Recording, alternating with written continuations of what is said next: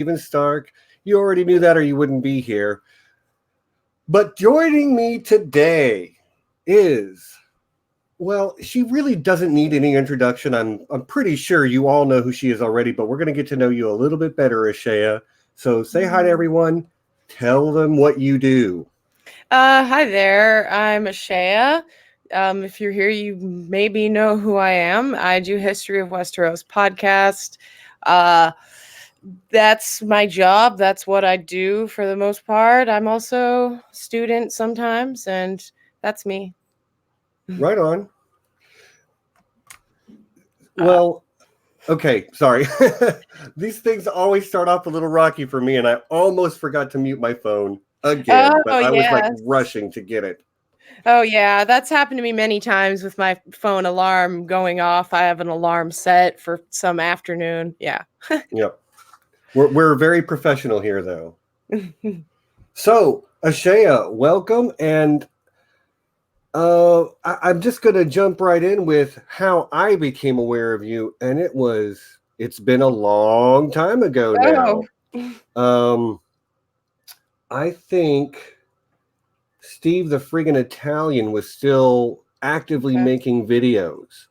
The first time I saw you on camera. Okay.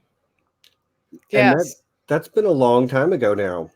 Yeah, that would have been, I mean, we've been doing this for, I feel like 6 years-ish, something like that, maybe a little more. But we didn't move to YouTube until 6 months or so after we started. And I would be on periodically, but we needed someone else with Aziz. We felt strongly that just one person wasn't ideal. So and 3 people can be a little crowded, I think. So anyways, yeah, you would have seen me in some of those episodes. But you're mostly off the camera now. Yeah, and there's one aspect of it where we, it takes away some of the quality because it's just Aziz alone sometimes, you would think, but I have my own microphone and we need someone running production. We're at that point and no one else can do that. So we need someone else on streams with Aziz sometimes or something. Right on. Well, I love what you do. You're the producer queen to me.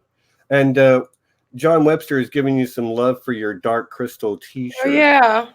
I'm Skeksis and I know it. And in reality, awesome. I wouldn't want to be a Skeksis, but It's a fun pun. I like it a lot. Okay, so Ashaya, I usually like to say hello and welcome to my people in their native language. So I'm going to say aloha, how's it? Oh, that's perfect. It's the kind. Right. Okay, you've already gone over my head, but that's okay. All right. But no, yes, I am from Hawaii, and they do speak Pidgin there. I don't know that much of it these days. I rebrush up on it every time I talk to someone who has no idea that they have very different slang there. And so I have to look up a Hawaiian Pidgin dictionary and be like, okay, this means this and this means this. And their minds are blown. I did that in Ireland, actually, because I met this girl who was telling me all this Irish slang, and American slang has kind of permeated, so she knew a lot of it. But so when I really wanted to pull out the big guns, I told her some Pidgin. Right on. Ireland, where you were recently, and I followed your adventures on Twitter a good bit, and man, how do you get to live that life? That's what I want to know. Yeah, it's not something I would have predicted, I suppose, but at a certain point when you're doing this professionally, when it's your job, it seems like, well, of course we have to go to Ireland if George R. R. Martin is going to be at 2 different conventions there. It's a work thing. We get to say it's a great vacation, right? But it would actually be genuinely foolish, we feel, for us to not take every moment, every chance we have to interact with and ask questions of the author of the series we're covering.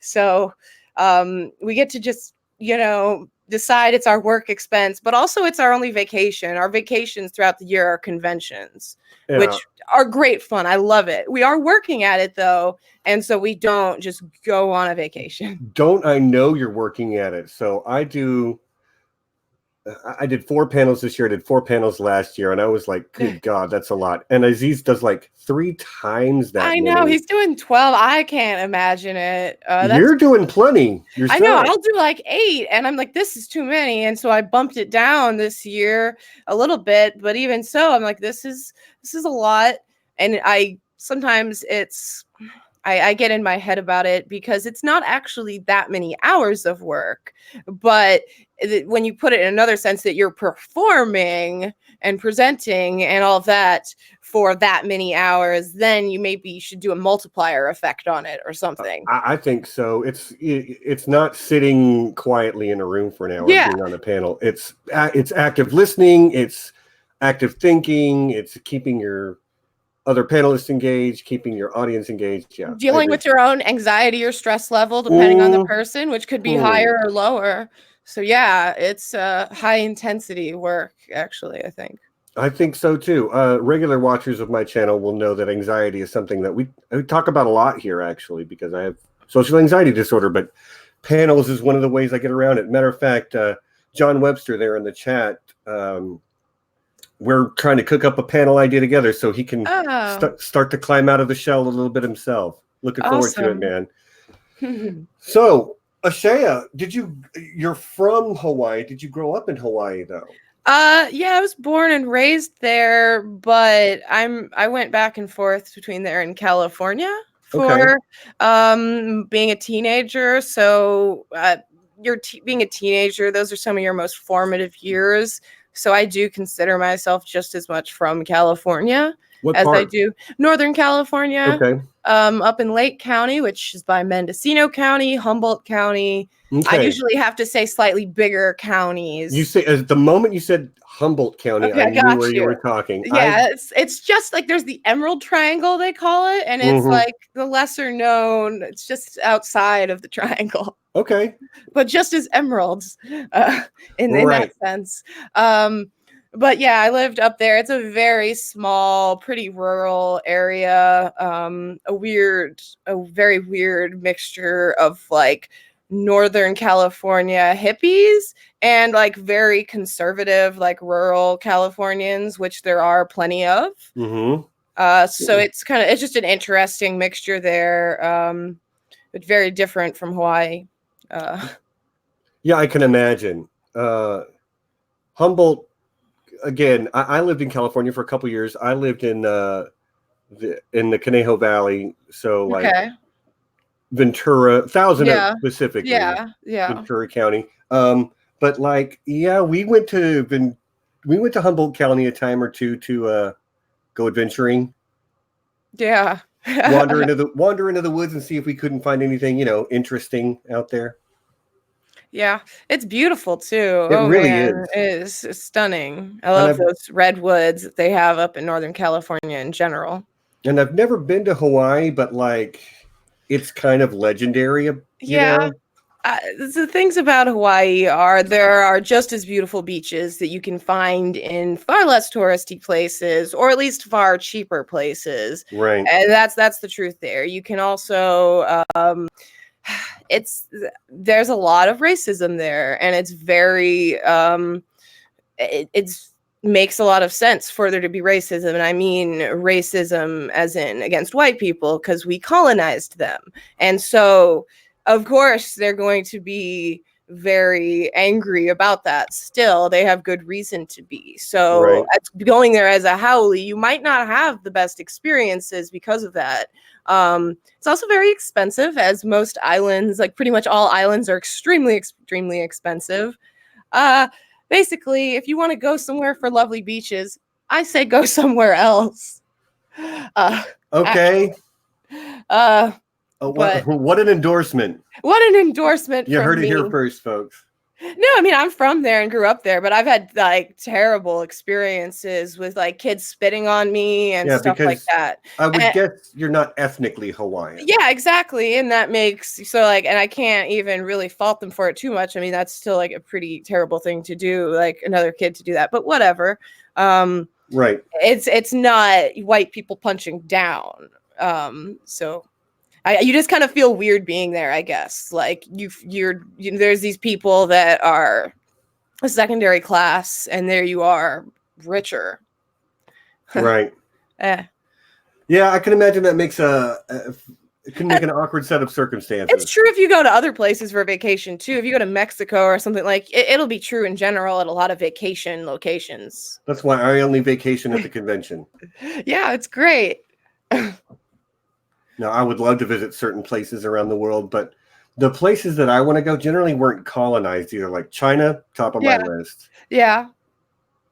Yeah, for me, I want to go to Australia and New Zealand, but the flight terrifies me, to be honest. Just the length of time, and I don't know. But that's very high. And I went to Ireland, but I'd like to go to more of the UK and Scandinavian countries. Yeah. There. Yep. I could see that. Go in the summertime, I would urge. But I don't do well. Let's see. Hawaii, Northern California can get cold, but Atlanta is a hot place to live too. So, are you a heat lover? I'm a heat lover. I can't stand the cold. I would definitely far rather be very cold than too hot. Okay. I feel like it's easier to bundle up than it is for me to cool down. I have the opposite problem, but that's why I can vacation in Mexico in the summer and be like, I mean, it's hot, but I'll get over it. I mean, I have gotten used to it living in Atlanta for 7.5 years now, and it's very humid and very hot. The humidity really drives me crazy. When I was in Las Vegas and the heat and somewhere dry, it's much easier to deal with. Yeah. It's not so bad at all. You're not joking. I mean, Dallas gets plenty humid, but like it's not Houston. Yeah. So humidity. Yeah. Just the being unable to breathe. Just, that's what gets me. Okay, so you started bouncing back and forth between Hawaii and California during your teen years. Yeah. And then, okay, well, so during those teen years, did you go to high school in both states? Yeah, I did. I went to a lot of schools, a lot of middle schools, a lot of high schools. I had a very up and down, tumultuous, moving around teenagehood, I suppose. Right. But yeah, I went to probably 3 or 4 high schools in Hawaii and 2 high schools in California. Yeah. So a lot of high school alone. Right. You can Are you a military kid? No, I am a child of poor people, poor hippies who bounce around. Okay. Yeah, it's that. Okay, it's an upbringing to be had. Yeah, it's an upbringing. So I just got bounced back and forth. I can't afford her. I can't have her, etc. So then you go back and forth between 2 great places to live. I love Northern California and I love Hawaii as much as I was down on it. Like as a teenager, right? It's real fun, for sure. Spent a couple of my teen years living not terribly far from the beach in Thousand Oaks, and it was After growing up in Texas, I thought I'd won the lottery almost. Yeah, the beach, man. I have not nearly as much of appreciation for the beach as I did back then. It was just magical place. I don't know. Right. You got up to all sorts of terrible and bad things. Yeah, I've done a shenanigan or two in my day. Yeah, shenanigans at the beach. Yeah, sure. Right on. So when you were in high school, like we all have, it's a very formative time, and like you're trying to figure out who you were. So on the way, did you play sports or were you in band or? I was in drama. Drama. I did musicals and plays. Oh, really? Yeah, I did. What was your favorite? Oh, On the Town. I don't know that one. New York. It's a hell of a Okay, town. okay. Yeah. I do know it. I just didn't realize I knew it. Yeah. Yeah, I did a little bit of musical theater too. I thoroughly enjoyed it. Yeah, it's real fun. I think there's a lot of good skills that you learn from it. I think kids in general should do it. I think it opens them up to a lot of feelings, and yeah, I think it's good beyond public speaking and dealing with your fears. But yeah, like, just forging connections. Yeah, I love it. Did you do any of the technical side of that? No, I didn't. I did not. And honestly, I grew up, I don't know, just the way things went. I always was very good at technical things. I was always very good at my computer classes. I even had a programming class in one of the high schools I went to that I took. I did yearbook where I did a bunch of like website building. I did all of that. Not once in any of my schools did anyone ever tell me like, this could be a potential career for you. Right. You're good at this. So I never considered it, honestly. And we didn't have like any extra programs where you would do that. Like I said, I had a programming class one time, but we didn't it's not like they have that kind of club. I never thought about getting into it on the drama side. But yeah, well, I guess I thought maybe you would have, given that that's what you do for History of Westeros. Yeah. At least the most visible part, because that's the part we see on streams, and is the producer. And you are fantastic at it too, by the way. I love your channel. I'm gonna heap praise upon it here in a moment, but like I guess I'm a little surprised you didn't get into the technical side until you started just doing it for your podcast. Then is that right? Yeah, that would be it. I mean, I've always done stuff on my computer, and just been really active. I don't know. My dad is an artist and does all of his work on Photoshop. So I've always had certain tools. I've just always had a computer with all these different programs on it that I've messed around on. So I just kind of have a natural, I don't know, understanding of some of these programs. So I just did it. I would like to take courses on it, honestly. I regularly find myself quoting It's Always Sunny in Philadelphia when Mac and Dennis moved to the suburbs, and Mac keeps repeating, I didn't go to school for this. I didn't go to school for this.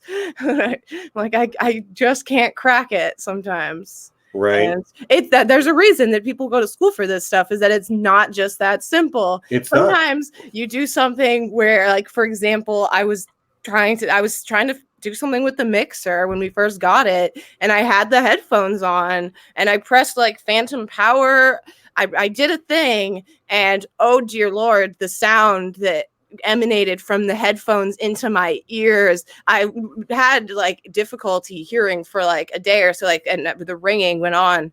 Ooh. Wow. And then I was like, okay, maybe I shouldn't just futz around with this without doing a little more study, and always have the headphones off. Right. So for sure. Yeah, exactly. So actually studying something is good. Well, you're 100% right about that. Yeah, I'm a lifelong learner myself. It's always good to learn something every day. So if I may wax poetical for a moment, your channel changed my life. No. It did. It introduced me to the fandom that has become my family now. I will say you changed your life by going out and finding a channel that then introduced you to a fandom. Okay. But go on. I was just, I don't know, randomly watching various, and I even remember it was when Honest Trailers put out their Honest Trailer for seasons 1 through 3 of Game of Thrones, and they have a RLJ reference in there, and I'm like, what's R plus L equals J? And so I looked that up, and then it was like, oh my gosh, this is probably real. And then I stumbled on your channel not long after that, because I was starting to realize just how deep the writing actually goes. So do you remember what the first episode was? The first one I remember watching that was new when it came out was Septon Barth. Okay, cool. But like at least that's the first one I remember for sure. I know I watched something else before that. Yeah. But sometimes I think about those episodes and I'm like, oh yeah, that wasn't that long ago. And then I look and I'm like, oh damn, that 2014 or something. Yeah, it's like that was 5 years ago. What the hell? Yeah. It's very weird. It's also very weird to be able to go back and be like a video log of what you looked like and you know, and what the setup was and all these things over the years. I really want to do one of those time sped up things where you just take a shot of us in the same position from every video and then you speed through it and see that change happen. Anyways, you've got quite a few years of evidence there to yeah, exactly, with us in like the same position. I don't know, I think it'd be really interesting. It's on my list of goals, but it's very, very, very low. Right. Well, it's also going to require a lot of work, I would imagine. Yeah, I have to go through every single episode and just grab one shot. It's just one shot. Well, I guess the closest shot. Yeah, you're right. It's a lot of work. It's a lot of work. It's a lot of work. There's a lot of episodes. Exactly. I wasn't exactly looking, but hold on. People are tagging me in post and. Oh, I see that. Okay. Yeah. All right. Nothing all that important. You're welcome and thank you, chat. Lots of lovely people here today. I see Aziz in there. Joe Magician. I saw Amanda from the Disputed Lands earlier. Joe and Amanda have both been on my channel before. And, I know that nerd. And yeah. And Aziz will be on the channel once I get the courage to ask him. Oh. Yeah, he'll come on anytime. Well, now that you've said it, it has to be true. Okay, so if I may take a moment, Ashaya, away from you, I would like to address the people watching. This is a book called The Thrones Effect. In this book, one of the chapters is actually written by Aziz and Ashaya. I'm not giving away this book. I'm giving away this book, The Thrones Effect. That other one is mine. You can't have it. But I'm giving away this book, The Thrones Effect. And my lighting is bad. This is a journal that's got like Game of Thrones embossed on it. Let me see if I can't make the lighting. Have you written some of your secrets in it, though? It's got like nice embossing. It's got the wolf and everything. No, I've written nothing inside it. Although I will write you a message inside it if you want. Okay, great. It's got a map on the inside covers. So, and with that comes this. Oh. It's got a snowflake and a sword and a little like fire thing bookmark. So a Song of Ice and Fire bookmark. And this Faceless Man coin from Shire Post Mint. Says Valor Dohyrus or Valor Mogulis Valor Dohyrus on it. And that I'm going to give that away this week to a random patron. So you have to join Patreon before October, and then you will be eligible to win that stuff, which is a roundabout way of saying my Patreon is officially launched and live. There is a link in the description. I'm also going to drop a link in the chat right now. So if you want a chance to win that, go join my Patreon. And I will be announcing the winner before next week's stream, sometime on Twitter, and I will get with the winner specifically, privately. Cool. Ashaya, thanks for letting me ramble on that for a second. Those are some cool items. Yeah. Well, I've been realizing I was going to do something like this for a while, so I've been collecting stuff, and I will be doing other giveaways, folks, but like I'm going to do giveaways for my patrons. All my video content will always be free. So, to entice the patrons, there's a little something extra.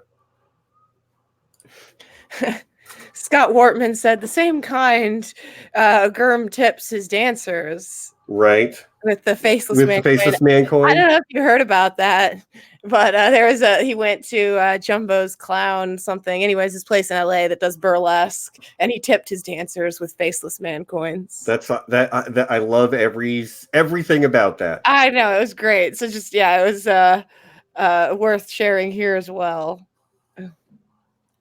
Right on. Okay, so Ashaya, the title of the show is "I Know That Nerd." Mm-hmm. When did you know you were a nerd?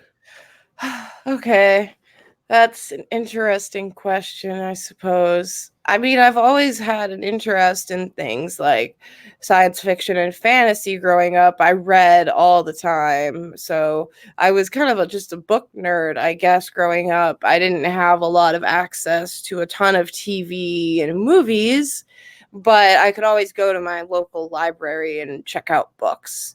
So I would read a lot. But, and as a kid, I guess looking back, I didn't have a lot of friends, but I didn't at the time ever think of myself as a nerd. I never was like, oh, it's because of my nerdiness that I don't have friends. I wasn't picked on. I just wasn't thought of. I just was doing my own thing, I guess.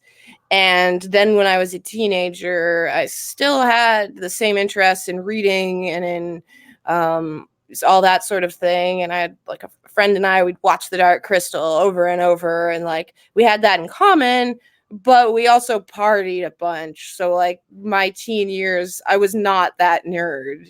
I wouldn't call myself a nerd then. Like I had nerdy interests, but I was definitely cool. But Nerds are cool, but I mean, in terms of like if you're looking at different cliques and stuff like that in high school, I was like the burnouts. No, I was the people skipping school and like doing their own thing. That was the group I was in. But then when I was about 16, in the amidst all of this, I got really involved on a Harry Potter forum, and it was like my life. And I, dated someone from it. I met people from it. I had this whole fandom that I was part of. Like, we'd have meetups. It was a whole thing. I fell out of that because I just fell out of Harry Potter. And I got into A Song of Ice and Fire. And so I had a fandom experience prior to this. And I guess when I also, to be fair, throughout all of those years that I was out partying or not being that outwardly nerdy, I would still read Harry Potter fan fiction at home, actually. So I guess that was it, but that's a long digression. I also need it to be said, my Harry Potter fan fiction was not romantic or shipping type. It was like world building. Harry Potter is a great like basis to expand the world and do all sorts of cool things. Well, I've never read the books. Really? I didn't know that. I have seen the movies of Harry Potter, and I really did enjoy them all. Again, most folks who watch my show regularly know that I lean towards the audiovisual medium. It just always has been my thing. I'm not averse to reading Harry Potter necessarily, but like I would rather read the Expanse novels. There's a million things I think you should read about Harry Potter, and I say that as someone who grew up as a Harry Potter fan. Well, and I think it's an interesting story, genuinely very well done, but I'm not the target audience. Yeah. Either. And if you've seen the movies, I mean, you can get the idea, and you can get that it is a rich world. Which again, all of these things that I like, my nerdy fantasy interests and stuff like that, were built on kind of immersive and interesting world building. That's what I like about A Song of Ice and Fire, in addition to the characters, is just this vast, vast world. Like I read when I was really young, I would read Tamora Pierce novels, like Song of the Lioness, and those were like multi-series that all were in the same world, and so you just really got to see the world. So Harry Potter's fun for that, I guess. Right. Well, and I'm never going to fault a story that gets kids engaged with reading. As much as I don't read, I reckon I read a lot more when I was younger, a lot more. I think I've read pretty much everything Michael Crichton has ever written. Yeah. Yeah, And I've definitely read more when I was younger too. And I can see why I have theories on why that's true for both of us, and they're probably similar. you get busy. Yeah. You get busy, you have more options. There's more media in general out now. You have yeah, there's there's enough options to cut it down but to a third. Right. Well, it's interesting you bring that up. I was, you know, I was looking even just at your Twitter profile earlier this week, and you are a sociology student focusing on internet and media, which I think is fascinating. And your previous statement led me go, oh, yep, that's a sociology student right there. Yeah, that is very true. That's why I got into it. I love thinking about a lot of different angles and factors and elements to something, because there's the easy answer that you can think of off the top of your head, but there's so many tiny things that go into it that affect it. And I think that's really fascinating. And that's just one aspect of sociology that you're looking at, in addition to being interested in society and the world and people. And I mean, it's a very all-encompassing thing to study. Right. But, you're clearly passionate about it, or you wouldn't be studying it. Yeah. And right now, honestly, I'm 6 credits away from my degree, and I haven't been able to finish it because over the summer we just have convention season. I couldn't have finished it, and then before that we had Game of Thrones season. Right. So that's 2 different semesters where I just I can't do this. So I'm so close to my degree. I have to do my big research study and an internship though. So 2 very large credits, 2 sets of large credits. Yeah, that sounds like the end of college, all right. Yeah. Yep. But I am excited to get back to school and to do my research study and all that. I'm going to be excited just to hear about that. I mean, Oh, beyond what's you want to know what my research study? Oh yeah, absolutely. Like morality, ethics, which rubs up against sociology. It's like one of my favorite topics. Okay, so like I said, I'm focusing on the internet, media, and all that. And so there are master's programs that I want to go into that have to do with that. So basically all of the work that I do, I want to be themed on that so that it will help with my application.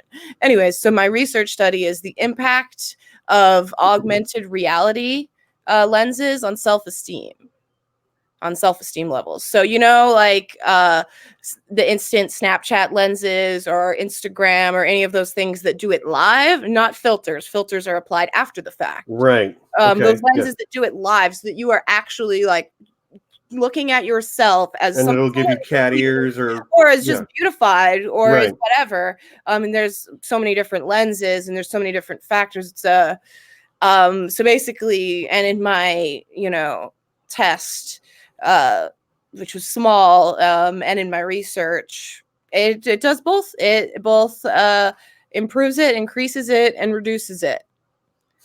Self-esteem levels, depending on the person, as you can, and so you can look at what correlates. But obviously, potentially someone with high self-esteem who thinks they look really good already, that increases it, whereas someone with poor self-esteem already who thinks they look bad, it continues to be like, yeah, I could look like this. And that's just one element. That it could also be like how many likes they get on whether that improves or decreases it. So basically it combines my love of my interest in social media and its impact on people. Right on. It's not nearly studied enough. That's very interesting. And I gotta say, I've had that moment where I sit there and I think, am I putting too much stock in a number of little heart emojis that people put on this thing? And I know that I am sometimes, but do we explain it away as, oh no, I'm reaching a wider audience through doing this? But some of it is seeking that attention. It's very, very interesting. I got really just I can get in my head about it, which is why I got into using Instagram stories, because you don't get any likes, you don't get any public interaction. You just put it out there, and I don't have to worry like, oh, I only got this many likes. Does that mean this was a bad post? You know, right. Whatever I might think about, which I don't. I try not to take it too seriously, but you think about it, Right? Sure, you do. And so whereas if I posted on my story, I still think about like, oh God, who's seeing this? Like all these anxiety inducing things. But regardless, I don't have to worry about how other people are perceiving, how other people are reacting. It's one less element for me to be anxious about. But which is also, it's hard for me to run the chat, honestly, and to look at all the comments because of that. It's just, I'm really bad at it myself, you know. If I could give anyone else a task for our podcast, it would be someone else running the chat and putting questions in and just dealing with all of it. As much as I think everyone's great and I love talking to them, it is slightly stressful for me. And I just want to focus on the technical aspect and production. Well, but you're so dang talented. They make you do it all. Okay. Well, we got a couple of questions from people. Okay. Who and we will get to asking the chat about it too.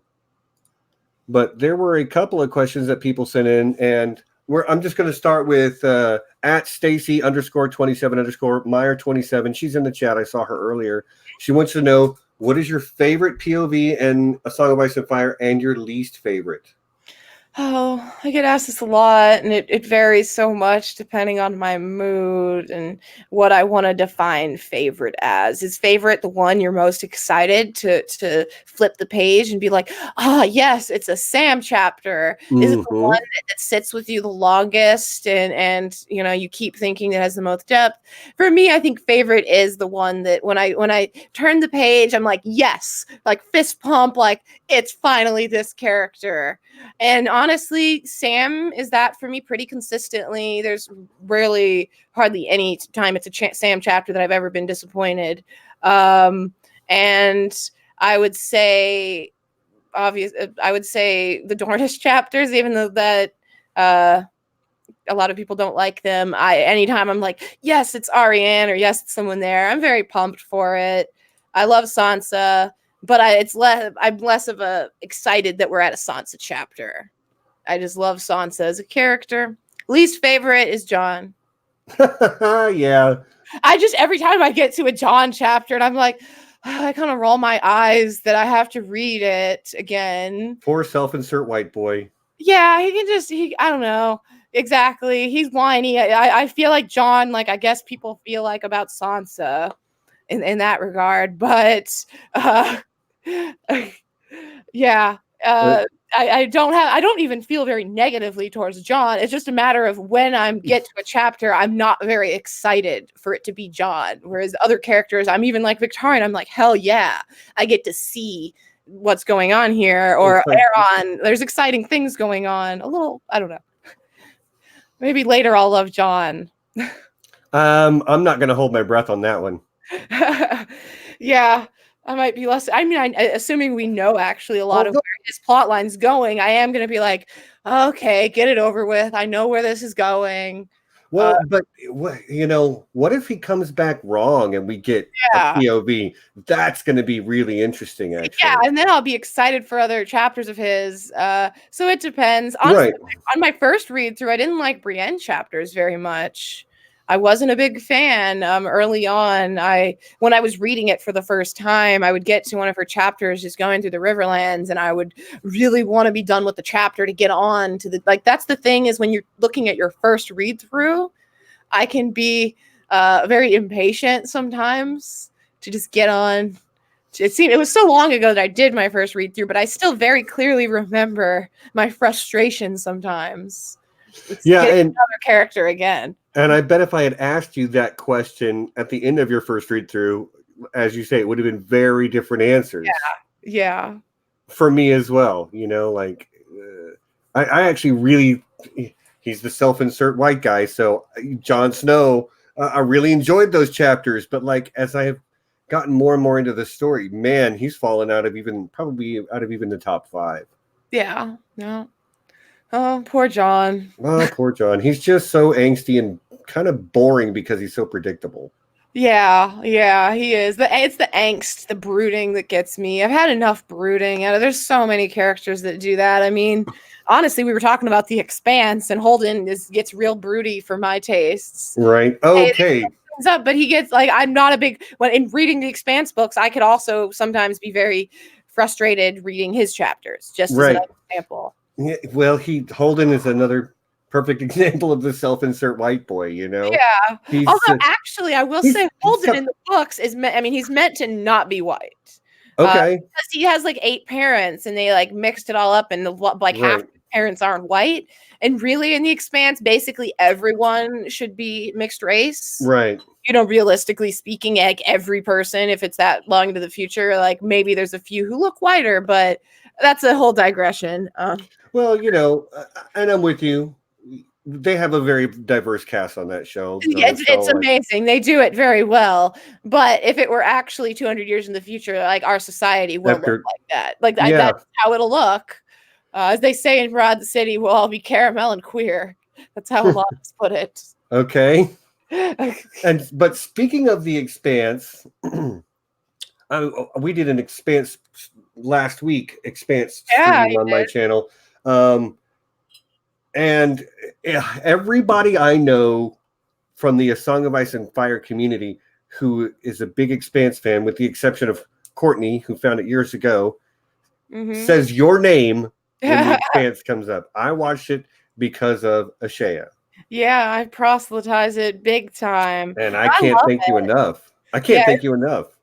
Yeah, I mean, honestly, because I have my big fantasy series that I just love, and I didn't have a big science fiction series that filled that hole for me, and the Expanse just did. And so I felt like I need to raise it up. And then after it got canceled, I was like, people haven't been listening to me hard enough. I need to really bring it up more often. And it worked.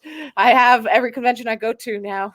People are like, we need to talk about the Expanse, and we'll have like a little impromptu conversation about it. And my favorite conversations are when people have read all of the books and are caught up, because there aren't that many people. I mean, there's 8 books out, and I can understand the show is so good. I can honestly understand not wanting to read ahead and to I can get it.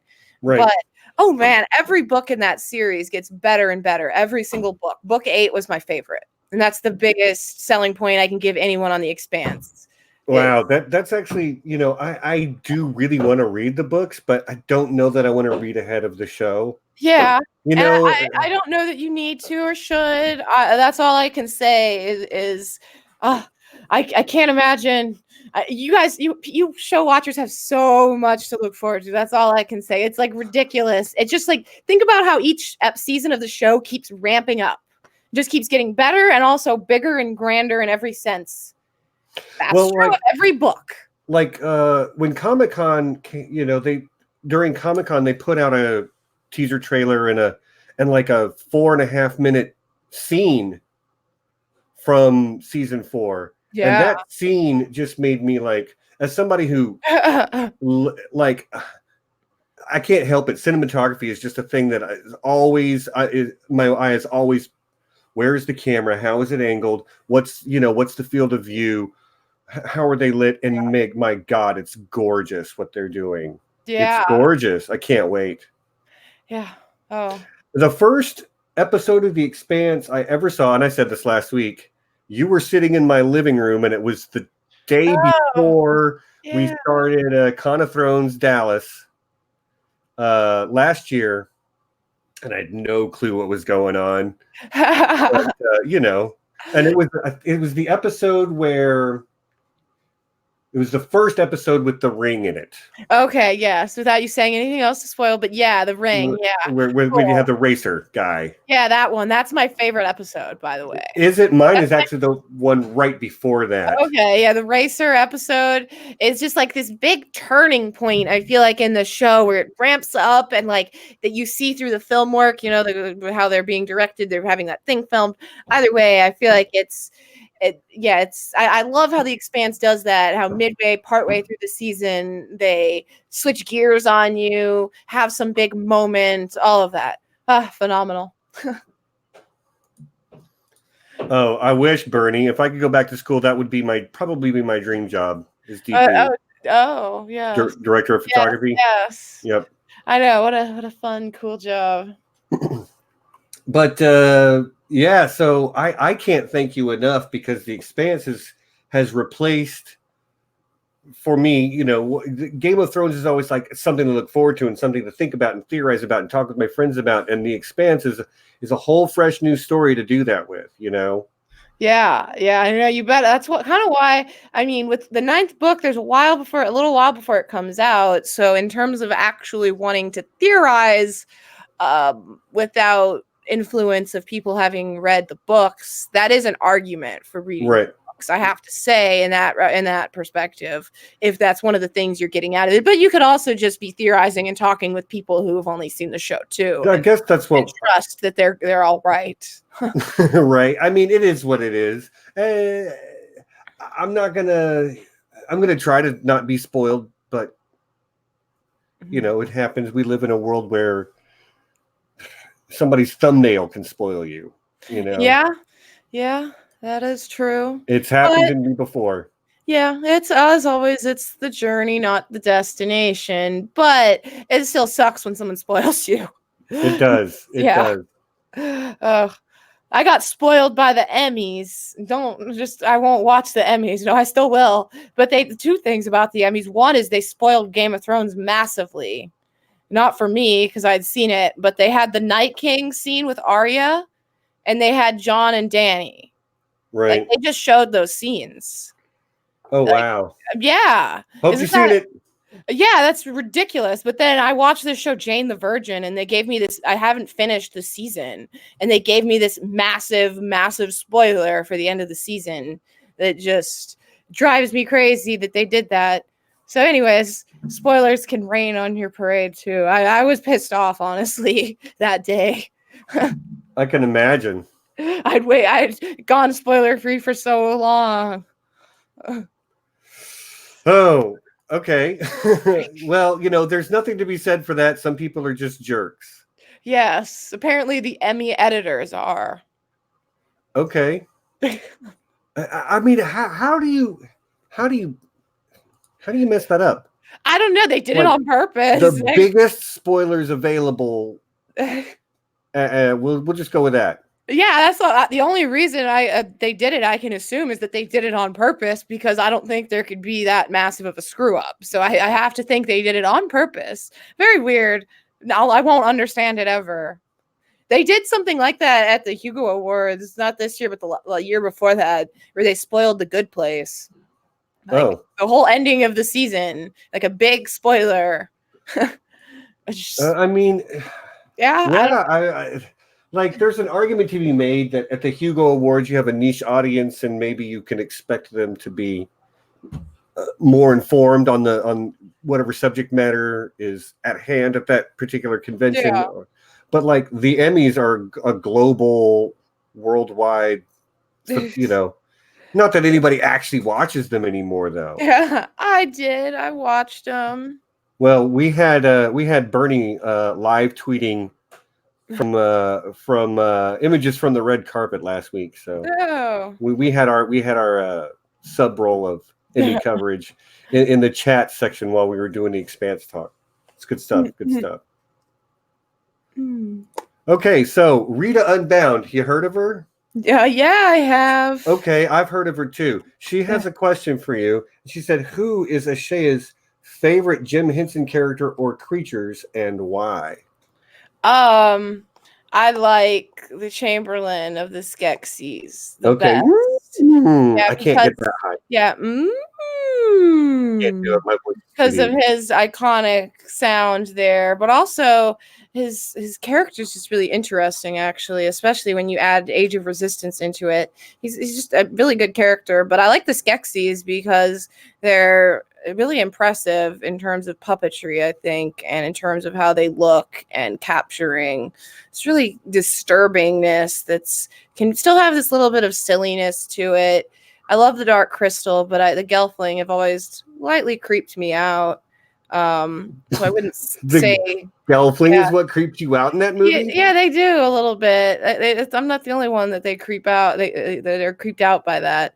But the Skeksis make me laugh in general. Well, the Hunter in Age of Resistance terrifies me. It's very scary, actually. Okay.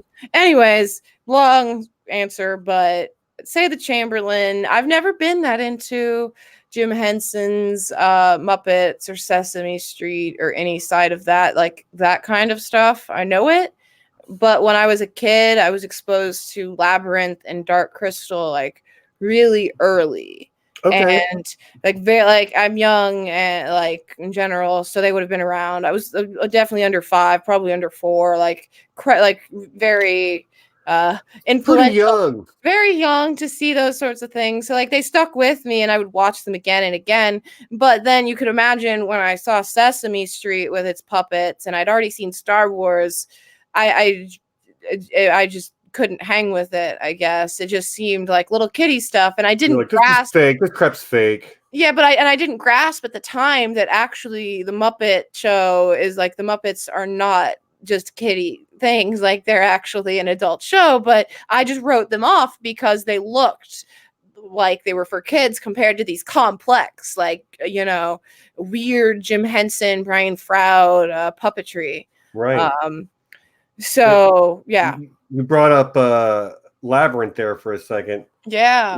That's I love that movie. And David Bowie is David Bowie, but like controversial hot take, the music in that movie is actually not that great. Yeah, you think so? I do. They still get stuck in my head all the time. They're very earwormy. Like someone says something like about Babe, and I'm like, "What? Okay, Babe, okay. The one song, that song, Dance Magic." Yeah, like I mean, that regularly just pops into my damn head, for sure. I mean, and I'm not trying to, like I say, I loved that movie when I was young. I like Labyrinth less than the Dark Crystal, definitively. And I like Labyrinth less than I like Return to Oz, which isn't even a Henson film, but I put them in the same class. Okay. So I like it less than both of those. Labyrinth has this very weird, creepy overtone to it in retrospect that I didn't really grasp as a child about this romance between David Bowie and a 15-year-old girl. Yeah, and Sarah. And like I just didn't get it as a child, and as a teenager, I would date older people too. So like it extra didn't, but like in retrospect, I'm like that's kind of just a weird thing. It's very creepy. Yeah. Didn't age as well.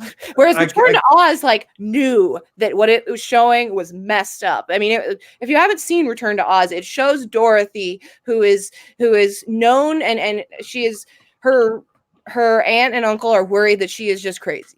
She keeps talking about Oz, that she's been there, and so they take her to like a mental institution where they perform electroshock therapy on her, and like it's just this terrifying, terrible thing that makes you like wonder what is reality. And anyways, they were being purposefully creepy. I don't know that I've seen Return to Oz, or if I have, it's been so long I don't remember. But I'm like, oh, I would watch the crap out of that story. Yeah, one of those like brain benders at the end. You're like, what the hell just happened? No, seriously, watch Return to Oz. It's great.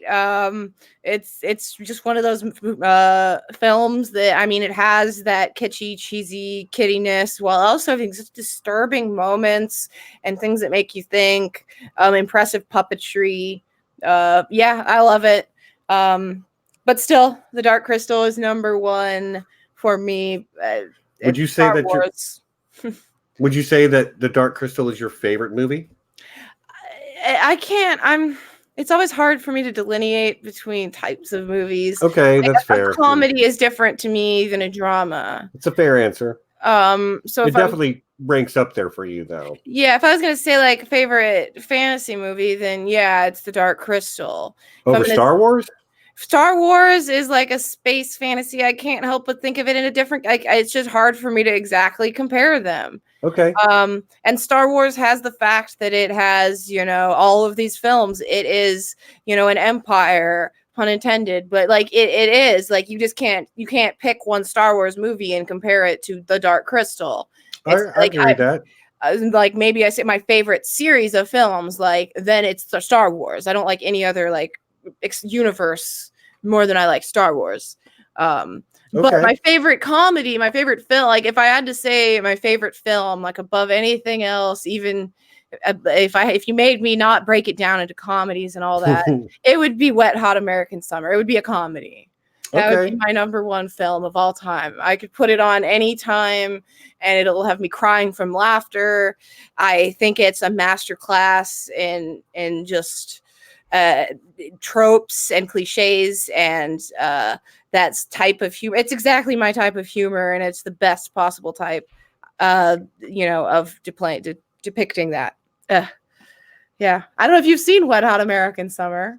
I have not, but like I'm on my phone on Hulu, putting it on my to watch. I will list. see that Wet Hot American Summer, they have a movie, and then they have like multiple Netflix series that are set different time periods, but it's an amazing cast. The series are great too. Yeah. Okay. Well, I'm gonna check it out. Yeah. Netflix, huh? I didn't find it on Hulu. Oh yeah, it's Netflix. Okay, Netflix picked it up for a couple different series. It's like David Wayne, Michael Showalter created. It's got like Amy Poehler, Paul Rudd, Bradley Cooper, like a very weird man. Like, I mean, mostly actors you'd know, but then again, people like Bradley Cooper are in there. Bradley Cooper's really funny if you give him a chance. Yeah, he was very funny and he's hilarious in it. Oh man, everyone in it is. It's got a fantastic cast. You have to tell me when you actually do watch it if you do. I will. I like to get recommendations from all my guests. Oh, so like when Quinn was on a couple of weeks ago, he got me to start watching Rick and Morty. So, okay, cool. Yeah, never seen it, but I've seen season 1 now. So. Okay, cool. I forget we were talking about the Dark Crystal. Are you caught up on the Dark Crystal Age of Resistance? What's the deal there? Okay, don't leave. But I watched 10 minutes of it and I was like, I don't know if I can do this. You're like, I can't hang. I can't. And I mean, here comes. Now that's Xerxes? Yeah. Yes, I remembered. You did. Good job. But no, you can't hang, huh? You don't like the puppetry? I think that's what it was. Yeah, I think that's what it was. Through. Oh, the story is so good. I saw people in your chat that were saying the Dark Crystal was going to fill the Game of Thrones left versus like you were bringing up the Expanse is doing as much. And I will say, after watching Age of Resistance, Sean and Rita immediately they finished it and they went to like Wikipedia, like the Dark Crystal Wikipedia, and we're doing all this research and about the mythology and the history. And like Sean comes to me, he's like, "Did you know that?" Blah blah blah. What does this mean? And I was like, I talked him through some things, and I learned some things through him because it's a very rich like myth. Who's that? Sean. Sean, yeah. Right. Sean was so taken by just the story, like behind the story. Yeah, I guess I'll give it another shot. But seriously, I like got 10 minutes in, and I'm like, I'm just not feeling it. But maybe all right, I'll go back and give it another crack. Yeah, please do. I must admit, a lot of people, they just can't get past it. They just don't like it. But those people are wrong. Okay. Some people that can't. I don't know what it is. I sometimes can't get past what an amazing feat it is. Like there's so many elements going on at one time to do that kind of puppetry where the puppeteers are working in conjunction with other puppeteers to make every tiny little movement, and it has to move together, and they have to actually show emotion that way. Let alone the voice acting and the sets. There's so many things that go into just the tiniest movement. It's incredibly fantastic work. Awe-inspiring, I would say. I mean, I'm never going to crap on what somebody else loves. Full disclosure, I wanted to like it just from the go. I was disappointed that I didn't, because I did love The Dark Crystal when I was younger. Like the original movie, I still put it up there as one of the greatest sort of like, for a children's movie, it was very scary and, it was a great adventure. I really did enjoy it, but I'll give it another chance. Yes, you should. I see John Webster said he's stocking up on all kinds of Dark Crystal books, comics, etc. after seeing Age of Resistance. Officially obsessed. That's me too. I definitely was immediately, I mean, I was a big fan already, but after it set this fire alight in me where I was like, I need this Funko and that Funko, and I want to get, this copy of the graphic novel and this shirt that I'm wearing right now. Yeah, I feel you, John. 100%. Right on. Well, I guess I don't have the popular opinion, but, real talk. Like, I brought you on here to talk about what you love, and if you love the Dark Crystal Age of Resistance, I want to hear about it. I've seen it way too many times at this point. Like, it's astounding that I've seen it this many times. I've gotten a bunch of people to watch it. I have an excuse. Okay. Well, I guess that's kind of a thing you do then, is you proselytize your shows really pretty adamantly, don't you? Yeah, I do that in general. It's true. There's a lot of shows that I love that people would say, I learned about that from Ashaya. And there's many shows like that. As somebody who appreciates humor. Yeah. Have you seen a show called Community? Yeah, I love Community. Okay. Yeah, I was going to sell you that show, but don't need to sell me on that. That is the funniest TV show I've ever seen. That's real good. For me personally. Yeah, I do love Community. Out of like what I was considering back in the day, so to speak, they had the NBC comedies. There was a certain class, there was The Office, Parks and Rec, 30 Rock, and Community. Right. Those were the four, and you were a part. You knew someone was either a Parks and Rec person or they were a Community. Like everyone was a type of the big four. I felt right. And Aziz and I are Office people. And Sean, all three of us are Office people. I enjoyed The Office. I love all four so much. I enjoyed.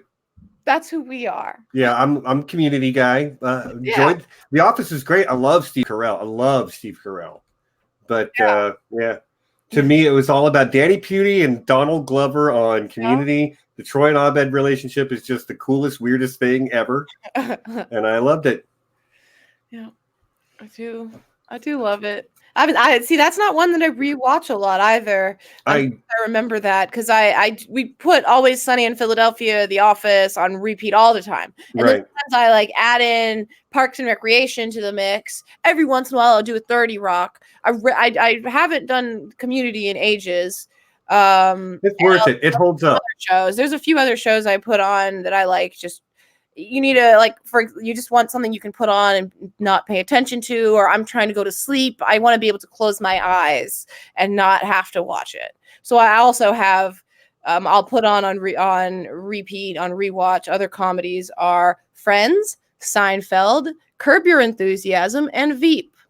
Those are my other group of comedies that I can just watch over and over because they have so many seasons to them is a big part of it that it's never going to be old. It's always fresh. I don't know. Right on. See, when I'm trying to fall asleep, I'll actually quite often I've fallen asleep with Aziz in my ear. Oh, the Aziz in your ear. Yeah. That's true for, I'm sure, a lot of people. Yeah, we hear some funny things like that about what Aziz has done in people's ears. Yeah. Yep. I'm laying in bed and Aziz is right next to me. That is funny. Yeah, I'd go with music, or I read, or I watch things, or I play games. I do a lot of different things, but I don't listen to podcasts, and I don't let Aziz talk to me to get me to sleep. Right. I could have a live podcast. He would just talk to me as I lay there. Get a pass on not having Aziz talk you to sleep. Given that he talks to you while you're awake all the time. So I think you get a pass on that one. Right on. Well, okay, so another question then. Diesel asks, what is your dream place to live in Planetos? Oh, okay. In the whole world. The Roinar cities. If it was in Westeros, it'd be Dorne. Female equality is pretty nice when you're a female. I have to say, we have fewer options than the other, than men. So yeah, Dorne, is nice and all, but it's a desert. Like it is a desert, whereas the Roinar cities are on a beautiful river and they're like palaces, party town. Like it's got to be the Roinar cities. The only correct answer there is, I think. Yeah, it's just amazing. Is like, I don't know, 100 years before or maybe a few hundred years before Nymeria in Sarnor. Yeah. Or something. Yeah, you could, that would be one of my other answers. So yeah, something ancient, not in current day. But you're right. Dorne would be nice. I like spicy food. Yeah, that's the one saving grace. But for all I know, they have some good spicy food in the Roinar too. No, probably. I'm sure they have a lot of seafood. Obviously, I would imagine so. Maybe get like full Cajun then. Oh, that'd be good. Yeah, I love that idea. A lot of turtle meat, I guess. No, I mean they worship the turtles, but they gotta have a lot of turtles. Yeah. By the way, you really know George obviously loves turtles so much. They're his favorite animal. So I think it is very telling that the culture with female equality that is like this amazing best culture has turtles. They're associated with turtles. He's like, look, this is the best. This is what George seal of approval. Anything with a turtle on it. Yeah, basically. We're going to see the Estermonts, more of them eventually, and they're just going to be badass, amazing. Right, they're going to end up on the throne. Yeah. Do you have a favorite sigil from Game of Thrones or A Song of Ice and Fire? The sigil itself. There are some really cool ones. Yeah, there are. I do really like the Dane sigil, honestly. I like purple. I like just star. I do like it, but I think I'd say Dondarrion is really high. See, that's where I was gonna go. You said purple. Yeah, it's got the purple and black. I love the lightning bolt. I have on my power bank, like my charger thing. I have all these stickers that I got, and I put a Dondarrion one on there because of the lightning bolts and charging and all that. I have a Dondarrion sticker. I haven't put it on anything yet, but yes, I have one as well. Yeah, and I love the idea of putting it on your charger. Or, it's perfect spot for it. You can steal it if you want to. I might do that. Also, it's great because sometimes people have the same power bank that you have, and it can be hard to know whose is whose. So it's good for that too. Yeah, but it makes it a lot easier if you're like, no, my power bank is a loyal Stormlander. My power bank can die and come back to life and die and come back to life. Like at least 6 times. Yes, yeah. That's actually okay. We're getting it figured out here. I think we think we might have it cracked. Oh.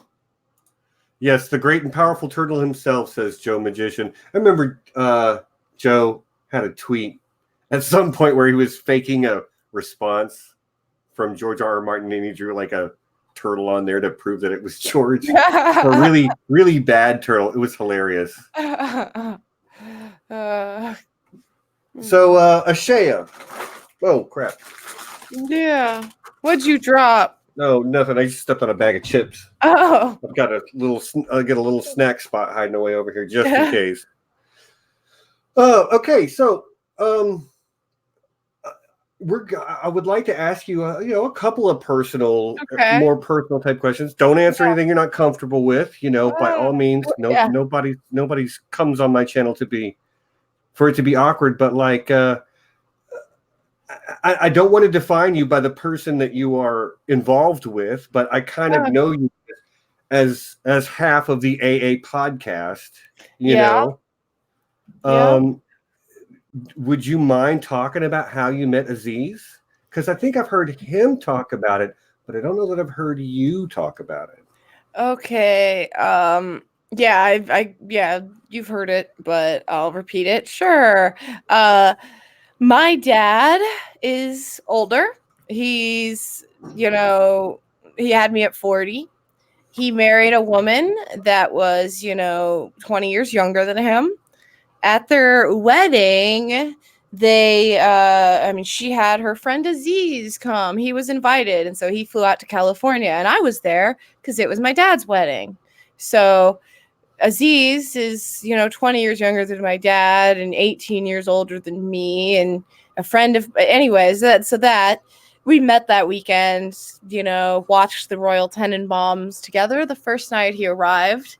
But I had a boyfriend, friends coming. I wasn't even of an age where I could date him. It wasn't a thought. We weren't like, it wasn't anything. We were just like, right. Oh, this is this person. That later that year, come December, Aziz came out to see Star, my stepmom, my ex-stepmom now, and my dad at this place, this place they were renting. And I went down there for the holidays too. So we got to spend a month or so together, had a great time, hung out a bunch. I was getting into, I hadn't started the series yet. Come around to Game of Thrones is about to start that next April, basically. Okay.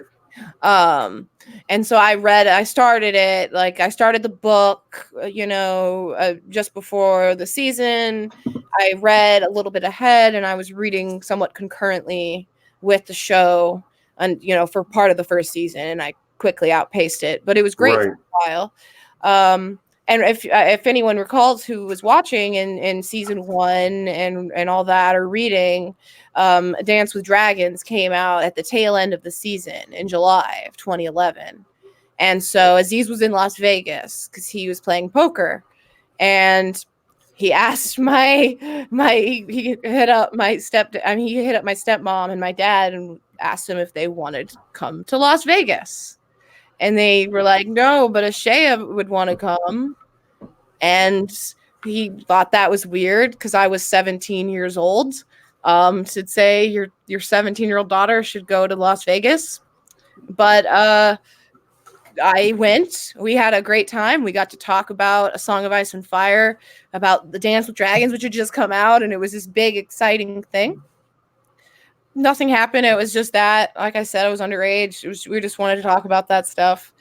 The next year in February, I was over 18. I was on the East Coast visiting my mom. Aziz asked if I wanted to come visit him because I was really unhappy staying with my mom. Like, I just didn't like it up there. She was up in West Virginia for a while. I didn't want to be there. Okay. Whatever. So he's like, yeah, come visit me. And we got together. Okay. 2012. So we've been together for about 7.5 years, since February 2012. And we got together because my dad married Aziz's friend, and my dad isn't married to her anymore. Well, they were together for maybe a year and a half, like maybe not even 6 months before they got married. Well, I mean, I don't encourage that, No. but like, you never know. You just never know. Yeah, you never know. They leapt into it and it didn't work out. They could have leapt into it and it might have worked out. Who knows? But even for like, I mean, just like, as you say, the age difference between you and Aziz is pretty significant. But clearly you have enough in common to keep it going after 7 years together. So yeah, I can't believe how long it's been. Sometime, yeah, wild. So you I guess you started slightly before I did, because I got the first 3 books for Christmas. Mm-hmm. The Christmas after season 1 was out. Okay, so A Dance with Dragons was out was already out, but like, cool. yeah, but like many who are rabid fans at this point, I fell down the rabbit hole pretty quickly. Like, I got the first 3, and all I did was read those books until I had read those 3, and I'm like, I need the next book. Like, I wasn't playing any video games. I wasn't watching TV. I wasn't, Oh my gosh, I crazy. will tell you, I was in the same boat with reading them, just tearing through them, and I would read on my phone at the time. Oh Okay. wow. And so my dad and my stepmom and I, and again, remember I was 17. We were traveling around. We were, staying in hotel rooms and whatever. We were together a lot of the time in the same room in the middle of the night. And I'm a night owl. So I would want to read my book. Like I would want to keep reading. And my stepmom did not want any light in the room at all. Even though she could have worn an eye mat, like there's whatever. Right. So she didn't want any any light in the room at all. So I was like under the blanket trying to read on my phone on the dimmest setting, and she was like, "No, I can tell you're awake." Like she was really upset, and I was like, "No, like I have to read this." I think it was like might have been actually A Dance with Dragons at that point, like it had just come out. Either way, big. I was just so mad, and I went out to the hallway and I laid down in the hallway to read. What I did. I had to get the fix, though. It's like 3 a.m., but no, I had to get my fix. Yes, exactly. So I feel you. Right on. So a couple of questions. We again, I know you first and foremost through the A Song of Ice and Fire fandom. Yeah. And people can go back and watch previous videos to get your takes on other things, but how did you feel about the ending? I mean, the same thing most people have to feel, which is that it was rushed. And that was the biggest problem, not the way it ended, not the actual events that transpired, but the fact that I feel strongly that what we saw in those last couple episodes are like a full book. Like I just don't think that that's just going to be pasted on at the end. So that's the big issue is we didn't see that progression, but I like Bran being king if we get answers to things that I want to know. As it stands in the show, it doesn't make a lot of sense to me for him to be elected, but if things go differently, if there's actually more equitable representation in voting, or there just isn't in the Great Council, I don't know how it's going to go exactly, but the base idea of Bran being king, of Dany going too far in her quest for presumably making the world better, but not doing so. I'm fine with that. Basically, I like that. Okay. Most of all, though, I like that the fight, the war for the Dawn, the fight against the others was minor in comparison to the war between humanity. The fact that we can't get along, I do like that. I do like the idea that this is honestly a blip. Like it doesn't matter if we stop them. Right. It's like it's that whole we are our own worst enemies type thing, we beat the Night King. We're still gonna time to get back to killing each other. Yeah. And so I think that's a great ending, and that's obviously part of the ending. If we're saying what the ending was is this final season, then I think the points that are being hit are good. I do like them, but I think the execution is gonna make people disappointing, especially on TV. And after all this hype and and the season just being shortened, people it just definitively was rushed, I think. Yeah, I'm that guy. Like, I will make every apology for every other department, costuming, cinematography, makeup effects, special effects, lighting, acting. Everything was so good. Yeah, so good. But like the writers' room let us down. That's and to me, it's like, you're writing for characters like Daenerys and Cersei and Brienne and Sansa and Arya. Yeah. Strong, unique, interesting women. Yeah. But you don't have one woman in the writer's room. Not one. Yeah, it's ridiculous. It's a mistake. You could have 0 women on your whole show, and you should have a woman in your writer's room. To be think you're honest, right. but let alone when you actually have some women, or a lot of women, or women in major roles, or women in positions that are like really dicey or ethically, difficult to deal with. All the more reason. But I'm glad you mostly liked it. Again, I mostly liked it too. Thought it was rushed, but other than that, I liked where it ended up too. Okay, John, you can unplug your ears now. We're done saying anything bad about season 8. I will say, John, it definitely rushed. But that's not saying it's ruined. Just to say it's not ruined because it's rushed. Right. I'm not saying that. I'm just saying it went at too quick of a pace. So what do you think will be different when we get the books then? What's the biggest thing? I mean, just the sheer. Oh, you mean in terms of plot, or do you mean in terms of reception? Okay, plot.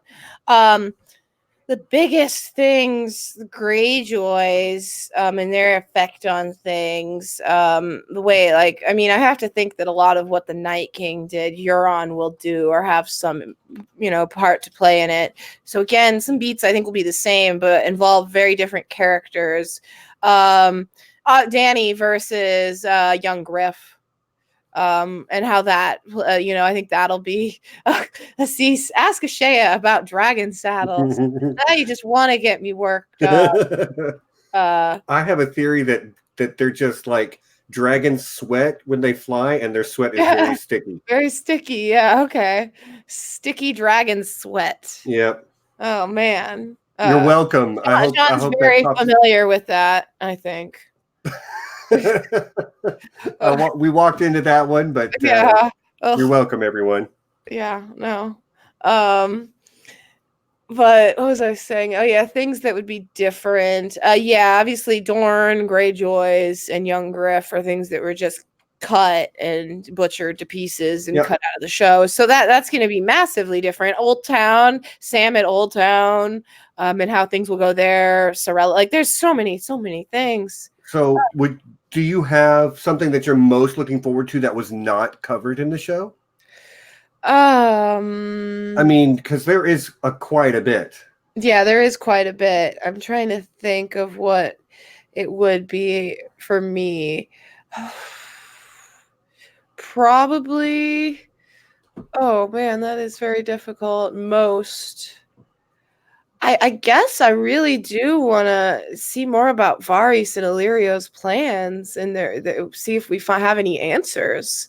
That's what's on my mind right now, is just if we actually find out anything about their connection to young Griff and to the Blackfires.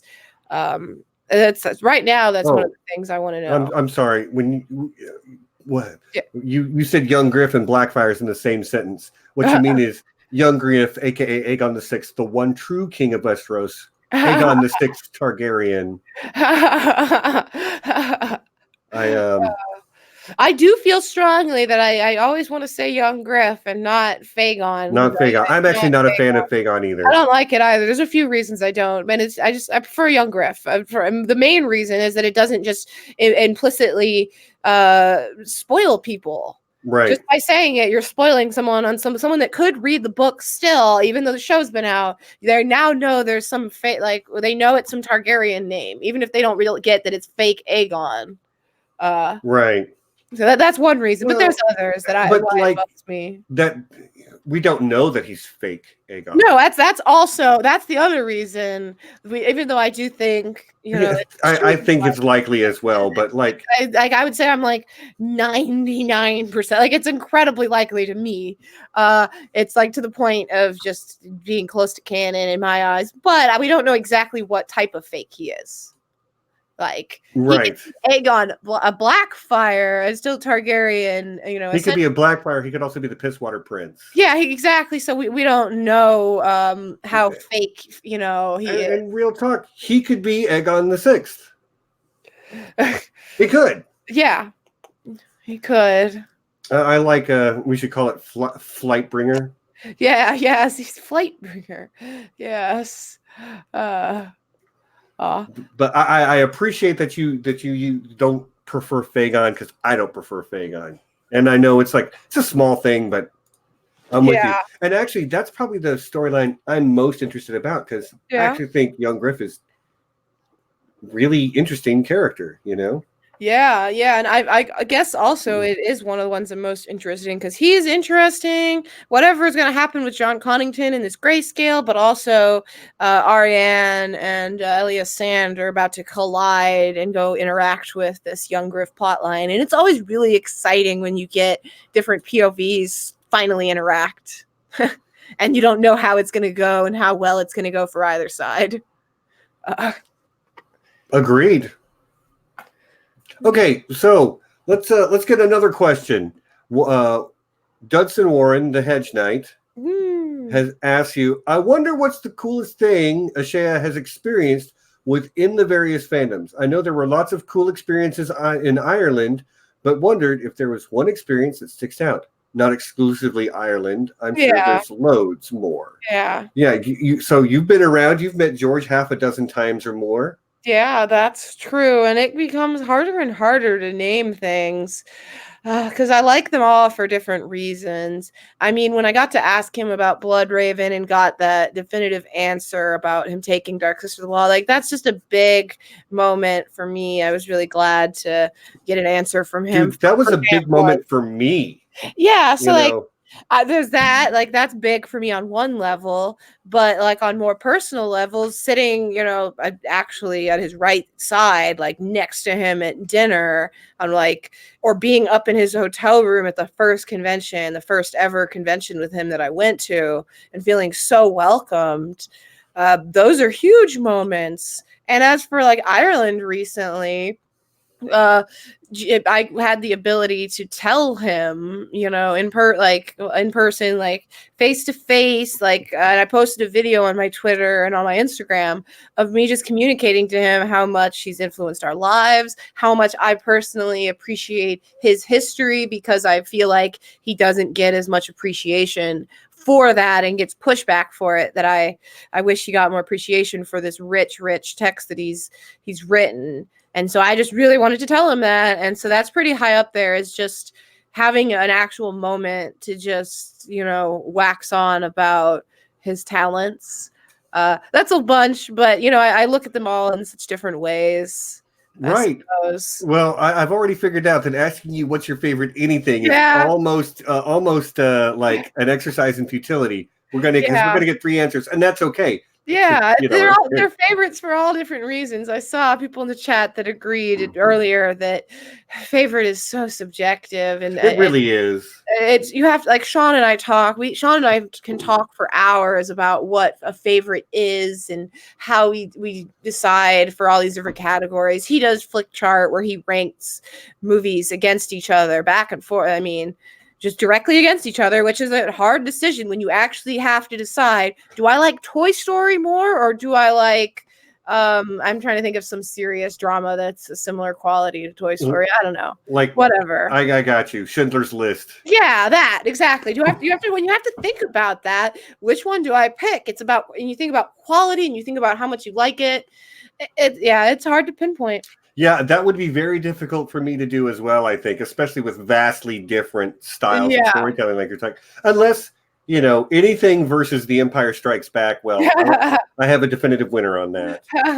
What Sean does, what influences him, is he wants a certain type of thing to be represented in his top list. Okay. So something, maybe he already has 2 cartoons in his animated movies, so he's not picking Toy Story because he doesn't want it to be up, you see what I mean, that I do. He's influenced by, again, if my top 5 movies, I have 3 comedies in my top 5, you can be sure as hell my other 2 movies can't be comedies. I got you. Yeah. That tracks for me. I kind of am that way about my music. My top 2 do not match. They're pretty close to each other, I guess you could say, but the rest are not. Yeah, you gotta get some variety in there to really show, your depth and your vast interests. I love that one, Sean. Ridiculous Ed Tollett, aka Sean. Toy Story or Forrest Gump. That's really good with the Tom Hanks love there. Yeah, I go with Toy Story. I think I'm going to go with Forrest Gump. Oh.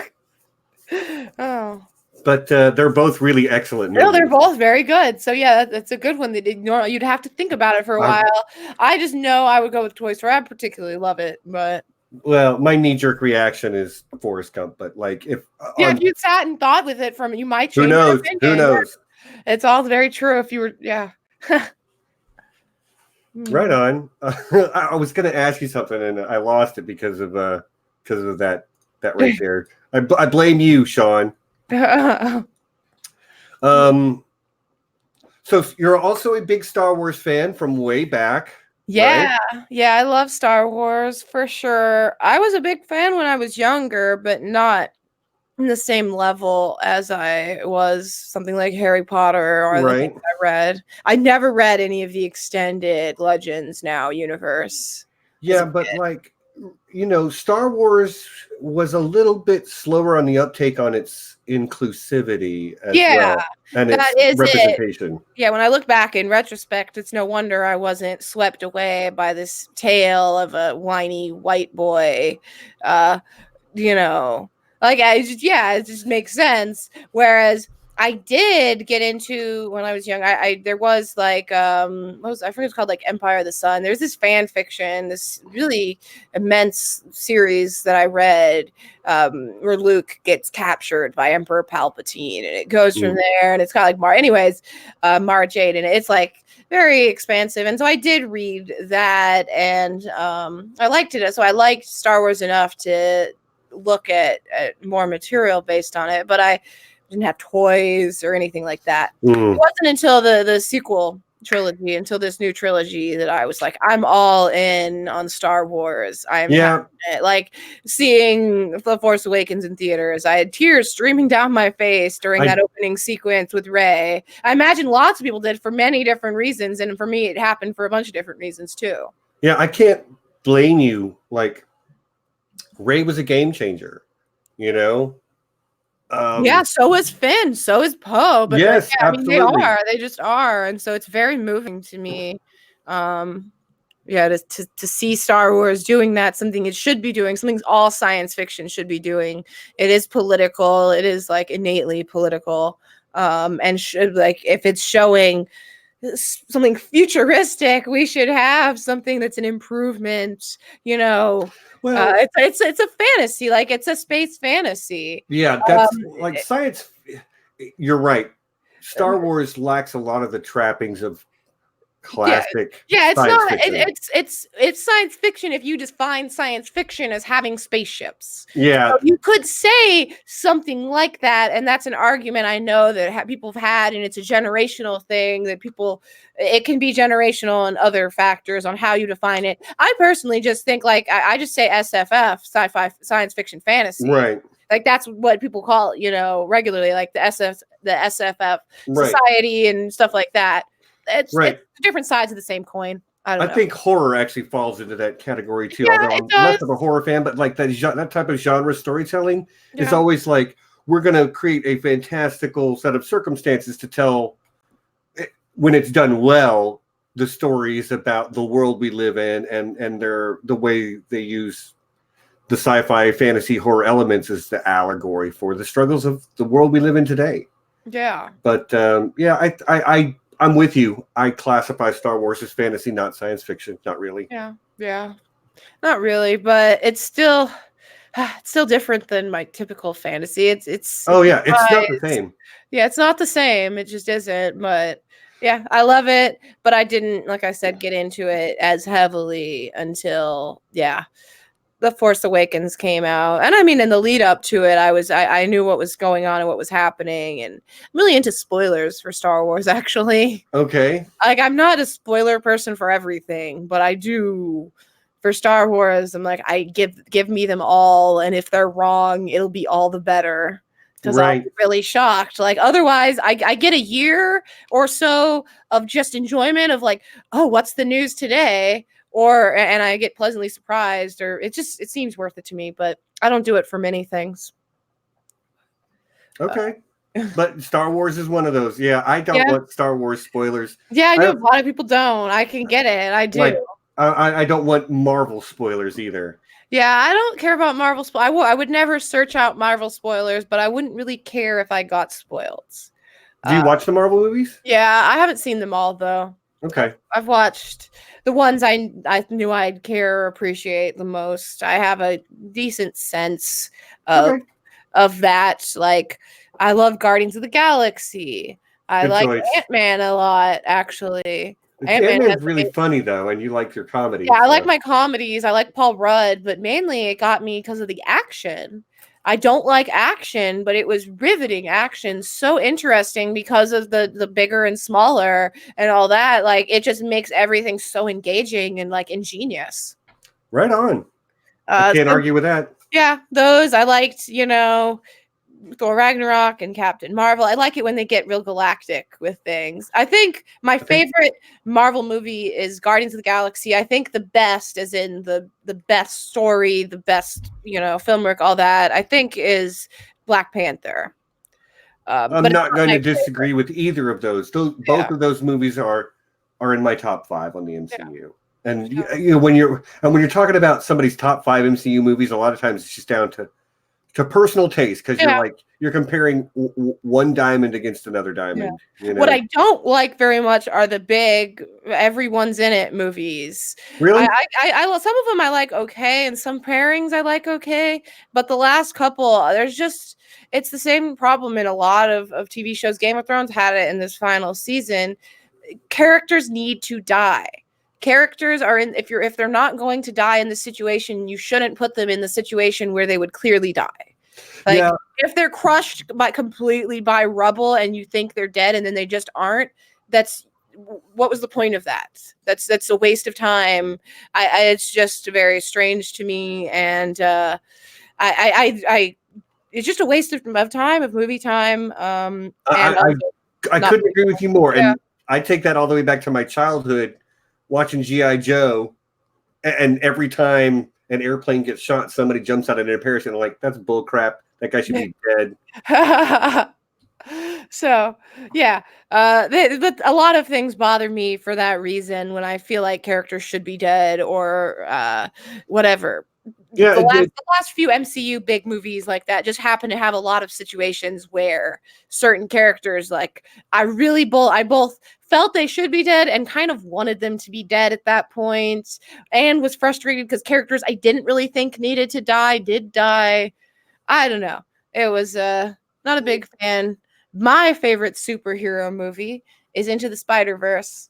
Oh, you're preaching at the choir there. I don't know if it's my favorite ever, period, but holy cow, that movie is fantastic. It's my favorite Spider-Man movie I've ever seen. Yeah, it's amazing. Yeah, it's just it's a masterpiece. Honestly, like in terms of the art, like it changed the game there. I thought it was breathtaking. Yeah, so just breath of fresh air. Just so different than all the other animated things we're seeing today in American cinema. In addition to that, I mean, amazing story, amazing soundtrack. Yeah, see Into the Spider-Verse if you somehow haven't. Yeah, do yourself a favor. You won't be sorry. Okay, y'all, we've been going for almost an hour and 40 minutes, so we've got a little bit of time left, but I've kind of gotten through the questions I had prepared ahead of time. So I'm going to turn it over to the chat and give you guys a chance to ask questions live now. So we're going to quote Bernie here. Thor Ragnarok was excellent, Bernie. I got to agree. It's my favorite of the Thor movies. Yeah, it was great. I definitely appreciated it a lot. I love Valkyrie, and I'm very excited for the new Thor movie now. Yeah, it was great. Jeff Goldblum was hilarious. Oh man. Oh, how do you not love that guy? I know. Oh, but and all he had to do was like show up. Makeup is like, let me put a line on your lip and then just go be yourself on camera. What a great. Oh, hold on, my phone is geeking out. Oh, well, Scott Wortman asks, what about TV shows like Legion? I love Legion. That's the other best superpower thing ever, for sure. Love Legion, Misfits. I do like things with superpowers, but I get tired of the same old powers, same things. So, okay, that actually brings me to a really excellent question I like to ask people sometimes. What superpower that is not like a common superpower would you have? The ability to take something drawn on a piece of paper and bring it to life. That's an excellent answer. Love it. Yeah. Love it. Love it. And it would actually translate to the comic format really, really well. Mm-hmm. Yeah, it would be great. I've had that answer for a while because I've thought about it. Yeah. And I have a bunch of potential answers, but that's pretty much my favorite. I don't have to draw it, to be clear. I do not have to draw the thing. Thank God, right? I don't know how talented you are at drawing stuff. Not at all. Okay. Thank God you're not great at everything. No, not at all. I wish I had some talent with music or art. Oh, okay. So badly. I can't do anything musical either. But it's extra disappointing because my brother is real good at art and music. And my dad's an artist. So I just got screwed there. Right. All right. Well, ridiculous head tall ask. My question is whether or not you're into comics, Ashaya. If so, which series do you find most interesting? No, I don't read a lot of comics. When I was younger, I didn't have comics. I didn't even get exposed to comics, really. My brother wasn't into them. I played games. But yeah, I didn't get into them when I was younger. I did read manga a little bit. That's just a little and I still barely had exposure to that. I've always been a very obsessive type where I want every copy in a series. Like I want to read everything. And when you're a completionist. Yeah, and when you're young and you can't, like sometimes you need book 4 and you cannot find book 4 of this comic or something, manga in that case. So that's, no, basically just Asian ones and hardly at all. Okay, well, sorry, Sean, you wasted your question. Bernie asks, top 3 favorite actresses. Oh, film or TV, favorite actresses. Oh, God. That's really hard for me to think about. Give me 1 second while I think. Definitely... trying to think about people I'm just really excited when I see them in something or who I think are the best. Again, you've had hour-long conversations with Sean to define favorite, so you should be able to just jump right to it now. Yeah, I should. Let me think. I would say I really do. I love Tatiana Maslany. She's high up there from Orphan Black. Yeah, I think she's an incredible actress. What a range on that. Yeah, what a range. I'd say her very high up there. I love Caitlin Olsen from Always Sunny in Philadelphia. I have to name her because she does not get enough work. I don't understand how she doesn't get much more work than she does and how her show The Mick was canceled. She's a phenomenal comedic actress and I'd like to see her do more range. And another actress that I think is very good, very high up there for me. I will say Aubrey Plaza for right now. I'm just naming. Okay, interesting choice. I'm just gonna say whatever. A comedian who I recently in Legion has been very dark and disturbing and has done such things that I wouldn't have imagined her playing. And she continues to surprise me in her acting projects, I suppose. I'm just trying to name smaller people, I guess. I got you. Yeah, that's a very hard question. I don't know. I'm inclined to always name comedic actresses because I tend to think that if people do comedy, they can do drama. Comedy is very, very hard to do well from all reports. Yeah, so I have a little more respect for it. It's all amazing. Like when you're like, oh, they can do act, but really just the lines, just memorizing their damn lines. When I try to think about the actual difficulty of that, I forget how hard it is to memorize lines until I try to memorize something to say, and it's a short little paragraph and it's hard. Yeah. So, applause to actors. Okay, so Danny McKay says, what house would you be sorted into? And I have a thing. Yeah, that's what's going to be my guess. 100% Ravenclaw. Yes. I mean, that's like Raven.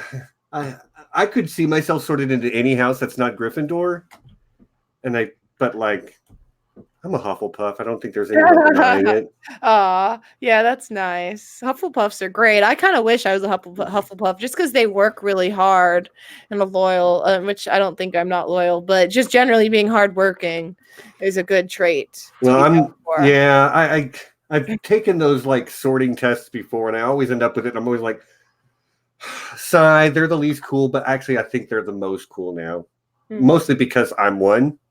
So. Anyway, yeah, I digress. Real quick, if I'm going to name another actress, Kerry Russell, like just because of The Americans, she played so many different roles. I keep thinking of actresses who in one show managed to play a lot of different things. So shout out to that show as well. I always go to Eliza Dushku for that. She was in a show called Dollhouse, where she had a different personality. I loved her. I was so into her when I was younger, and I tried watching different things for her, and she just never got a big role. She never got any big parts after a while. No, she didn't. Like her. Yeah. Right on. So I don't know that I've actually said it. We've been here this whole time, and I haven't said Ashaya is the best. Oh, it's in the title. Somebody has said it in the chat a few times, even. But like, do you remember how that even started? No, I don't. I don't either, because I think it was just a random comment in a live stream, and it's just been the thing that's run with it. It might have just been something that people said multiple times, and then it just people kept saying it because it just is a natural thing that people say. I say it to people sometimes, like I'm just like, "Bah, you're the best," or "Oh, because Wendy is the best," whatever. Like you might just say it, and then if you say it enough times, you've proven yourself as the best. No, it actually makes me very embarrassed, I must say. When people say that to you? Yeah, it's just a thing that you have to, I have to, wrestle with a lot, which is when you're creating content or creating anything. And my therapist gave me this advice. She related it to her dissertation. You just have to do the thing, and you're always getting better. You're always going to be better the next time you do the thing. So whenever you look back at your past work, you're going to be dissatisfied or embarrassed, or you're going to find something you don't like because you're going to have done it better. And that's correct. That's what should happen because you got better. And so when I look at things in the past, I'm like, I was not the best. I was terrible. There's this issue and that issue. And I feel, I don't feel good about it, but that's because I'm getting better. Right. So, it's because you are better today than yesterday, and hopefully better tomorrow than today. Yeah, exactly. And I try to remember that. That's something that that I have to remind myself, even now doing what I do, like I get a little bit better at this every time I have somebody on. There's a little bit less dead air. There's a little bit less nerves for me. So yeah. But I bet you don't want to go back and watch your first episode. Not really, no. I think you think about that and you're like, there's things that make you face palm and like little things like that. Yeah. Right? It happens to everyone. I'm sure it does. I hope it does. I mean, I'm sure there's some people that they finish a thing and onwards they go and they never look back and never feel bad about their previous work. Right. Well, like, I don't think there's many people that don't ever do that, though. Yeah, but like, it just shows that you care about the product of what you're putting out. The fact that you even would have those type of feelings, Yeah. Yep. But you have to tell yourself. Right. That's where I was at then, and that's the mark, and then I get to clear that mark for the next go round. Yes. Okay, so Ashaya, we've got about maybe 10 minutes left before we wrap this up. Cool. Is there anything else you would like to say in general? Anything you want to say to the masses? Something we don't know that we should know? Oh, that's fun. I love going out to electronic shows, to concerts. I love, going out to concerts in general. We didn't even get to music, man. Yeah, so I don't know. I like music. That's a thing. It's big in my life. I don't listen to podcasts. I listen to music. Like if I'm just doing stuff around the house, I'm always listening to music and not something else. If I'm doing something stationary, I can watch TV while I do it. But yeah. What type of genres are you get you most excited? Different fusions with electronic music like electro soul and jazz and swing and things with a lot of groove to it, mostly dancey stuff, but also chill stuff. On that, chill soul, like that stuff is not always like hype. Right. And sometimes it's poppy. I wouldn't call it pop, but it has female vocals, and apparently that makes it pop, even if it's electronic music. I don't know. I'm gonna send you. You ever heard of a band called Ginger? No. Okay. Yeah, I mean, I know I know bands with female vocals. I know all sorts of things, and they're not pop, but I listen to electronic music, and when it has a female singer, it's classified as pop. I got you. Which I guess that makes a difference, but I'll listen. I like Big Wild, and they have songs that are just electronic music versus songs with a female vocalist. But I love people like Grammatic. One of my favorite artists, and Little Dragon and Rye. I love Caravan Palace. I'm seeing them for Halloween. So a lot of electronic music, or a lot of instruments with horns and violins and just a whole experience I'm really into. Right on. You're preaching at the choir, sister. I'm a music lover. I get picky about which songs I like, but I do really love music of all types, and Ridiculous Ed Tallent agrees with me. Ginger is really good, and boy, that girl is not singing pop. That's all I'm going to say. By the way, my favorite band of all time is Queen. That's 100%. My favorite band of all time too. Hell Queen, yeah. Queen and the Beatles 1 and 2, and then it gets.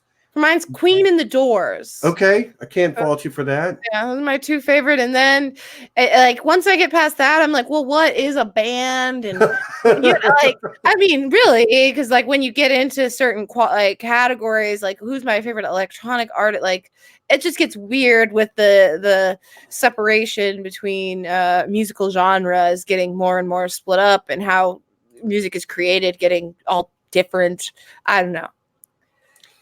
Right on. And I have to agree with you. What is a band? Yeah. You have a lot of these existential. No, it really doesn't. But you have a lot of these existential questions for yourself as you go through life, don't you? Yeah. What is winning? What is winning, huh? Winning in life? Yeah. What is it? Being happy. I guess you're right. Having food in your stomach. Winning is being born in the U.S. and not another country. No, you're not kidding about that. No, I'm not kidding about that. We won the lottery being here. We really did. We're winning just by living here, and people win at different levels, obviously. But no, I think to win, I don't think winning is being the richest person. I think that's a statement on you not winning and kind of being a shitty person overall. If you put yourself at a level of wealth that it's just meaningless that you have that much wealth and you just keep it. That's ridiculous. I agree. There's a certain level of wealth that I'm like, okay, your life is vastly improved. You don't have to give away all your damn money. But if you have a certain amount, I don't know. I think it speaks to a quality of a person. I got to agree with you. I am not a wealthy person, but I give to charitable causes. There have been times where somebody in the community will say, "Hey, I've had a rough go and I need some help," and I'll donate money to that. I've had that happen to me where the community donated to me when I needed help last year. I hurt my back and I missed work for a couple of weeks, and the fandom. This fandom family rallied behind me, and I'm with you. Money is just there to make certain things easier, but you're right. Yeah. It can't buy you happiness. No. So yeah, that's winning to me. Right on. So, hey, Ashaya, what's next for History of Westeros then? I know you guys got the reread going right now, but Yeah. what else you got coming up?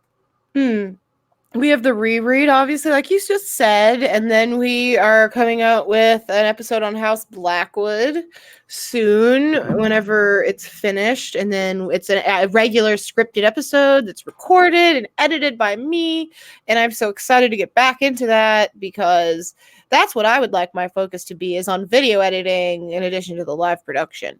Right. Personally, but we do a lot of streams. There's just a lot that I'm not involved in. We split work up, as you should. Yeah. So I haven't had any videos to edit in a long time, and I'm looking forward to it. Right on. So that's what we have coming up. Is House Blackwood, mainly. Yeah, that's the next up on our docket. As an aside, oh, sorry, go on ahead. No, absolutely. Go ahead. I just wanted to say that when I do my video editing, there is a soundtrack to our podcast. I edit to a soundtrack, which is Spotify lets you turn the music down while you're, like you can listen to everything else on Max, and I just turn the volume down to a low volume. And so I don't do anything with vocals, but I listen to this artist, Grammatic. He has all these beats and pieces, volumes and stuff that are just like almost entirely vocalist and just groovy, like soul jazz type stuff.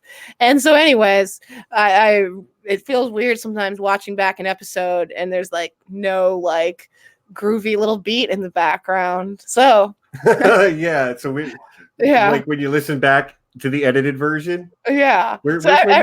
Yeah, everyone needs to write a letter campaign to Aziz that our episode should be completely have a soundtrack completely from now on.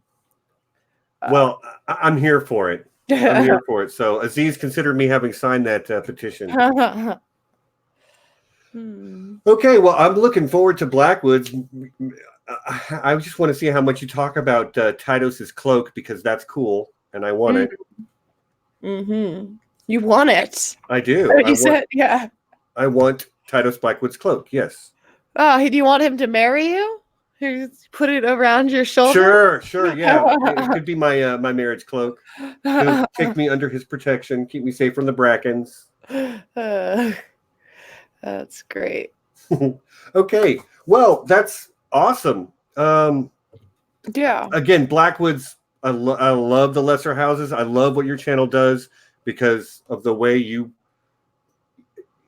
guys clearly know what you're talking about, but also clearly do some pretty heavy research before you even write anything.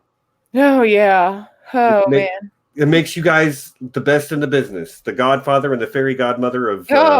I've never heard the second term. I've heard the first term. Aziz does not like it. I don't like it either. It's got a very sinister. What, the Godfather? Yeah, it really does. I don't like it either. It's creepy. Well, he's stuck with it now. He's stuck with it, but like, God, I'm glad not that. Definitely, Fairy Godmother is a hell of a lot better than that. Way better. But yeah, I didn't know he hated that. Yeah, I don't know if I might be putting it strongly, but we both agree that it has an overly sinister tone to it, that it makes Aziz seem like a mob boss. Well, isn't he? Yeah. Well, maybe he'll have my knees broke when he comes on this, when he's my guest next time. Oh God, he will. Now that you're saying that, don't out him. Uh-oh. Yeah. All right, how do you edit this? Okay. Time to figure out how to edit video, y'all, so I don't out Aziz. Anyway, that's the 2-hour mark, and I don't, it passed so quickly. It really did, but hey, when you have a great guest like you, it's easy to find stuff to talk about. Probably could keep going, except work tomorrow and stuff. Yeah, and I just streamed for 2 hours before. Right. So thank you so much for coming on after that. Thank you for having me. I don't normally get a chance to talk this much. I am known for listening to people and not being such a chatty Cathy. So yeah, that's why I was super happy to have you on. And you reached out to me and you're like, hey, when can I come? I'm like, you can come on whenever you want. Because I mean, I feel like I know you a little bit. You know, I've talked to you, had a couple conversations with you at the various conventions. You stayed the night at my house one night, and we talked. But like, you know, it's nice to have an opportunity just to sit down and just talk to Ashaya.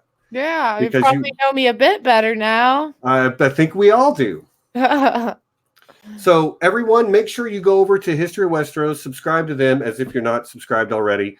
If you're watching this and you're not subscribed to History of Westeros, you are missing out on maybe the best of Song of Ice and Fire content on the internet.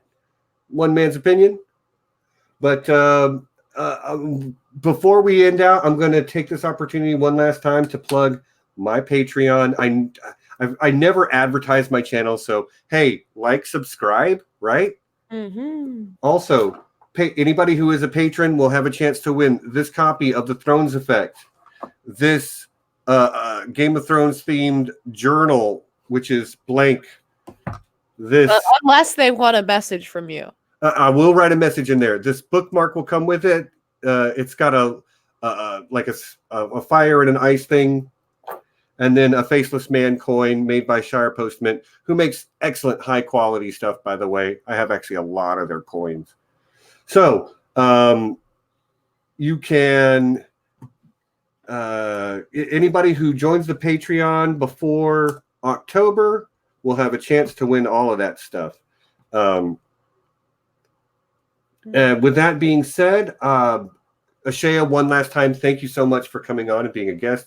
It was wonderful getting to know you a little bit better. Everyone tune in next week. I'm going to have Gray Area as my guest next week. So looking forward to that. She's going to be another great guest. I don't know her very well yet. I met her at Con of Thrones. That'll be great to get to know that nerd. And Ashaya, you're welcome back anytime you want to talk about whatever shows we're nerding up on at the moment. Like I'm going to be doing some Expanse coverage when the new season comes out. Maybe I can twist your arm and get you to come on and talk about the Expanse a little bit. I'm always happy, and I'll put this out there, to go on anyone's show to talk about TV shows or books that aren't A Song of Ice and Fire or Game of Thrones. Right on. I'm going to hold it's Song of Ice and Fire or Game of Thrones. It's a maybe for me. Right. But I like talking about other things. Right on. Well, I'm going to hold you to that when the Expanse season 4 comes out and we're doing episode reviews or whatever. Hell yeah. All right. Well, I guess that's it then. So thanks to Ashaya. Thanks to everyone in the chat who turned out. This was a really, really great time. And tune in next week for Gray Area. Go to the Patreon. Link is in the description. I think I just dropped it in the chat as well. So until next time, peace and be excellent to each other.